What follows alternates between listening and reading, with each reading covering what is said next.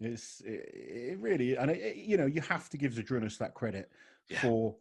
Let's remember, he set this record in a full competition. He broke it, you know, in full competitions time and time again. The man never had the opportunity in his prime to go for the record like the guys do now. And, you know, the sport's evolved. It's great that these guys are getting these opportunities, but you have to give respect to the guys that set the way. And Zydrunas' record, I mean, he's talking about coming back and breaking it himself. I was going to say that. Yeah, he has actually. He's, you know, the guy sat there long enough, and he's probably just went, "I'm ready." Well, unfortunately, you know, after he had a few injuries, he had nerve damage, he had shoulders issues, and hamstring issues as well, and he just wasn't at his best when he was trying to break that record again the last couple of years. Yeah, he looks a bit fresher now. Personally, I think he's too old now, and he can turn too many miles on the clock. You know, he can prove me wrong, and I'll be the first person to congratulate him. But Father Time does catch up with you. And I certainly believe in his prime, if he was pushing it, we may have seen a 240 log. He really was, you know. Unsurpassed. But we've had the likes of Ian Bibby attempt this record. We've had the likes of Eddie Hall, you know, Graham Hicks, all these incredible names. Luke, obviously. Zydrunas has tried himself a few times, a number of times actually. No one's got it yet. That shows you how impressive it is, and you have to kind of give that number respect. Yeah. That's the thing. I'm quite glad. I'm quite glad it's all over now. Not just because of a spectacle, because I love seeing it.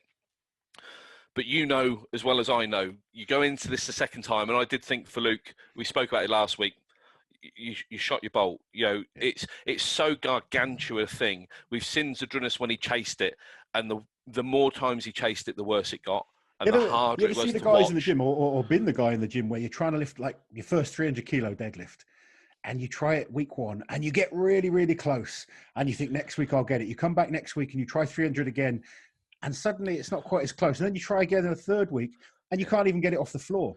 It's you know, it's that mentality. You've got to back off. You've got to then work towards. You know, and I think this whole break, having the focus on Worlds, you know, from an athlete perspective, there's pros and cons to if Worlds actually happens.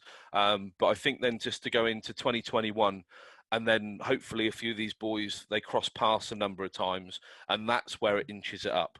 And that's where I think that you stand a fighting chance, because it is blooding in that competition that makes it just makes it a bit easier, because you respond. Every single one of these guys will respond better to that stimulus, because you can be in a sort of more sedentary environment. You can be in that sort of more stoic environment and just say, all right, okay, I think that's hard. I really do think that's hard.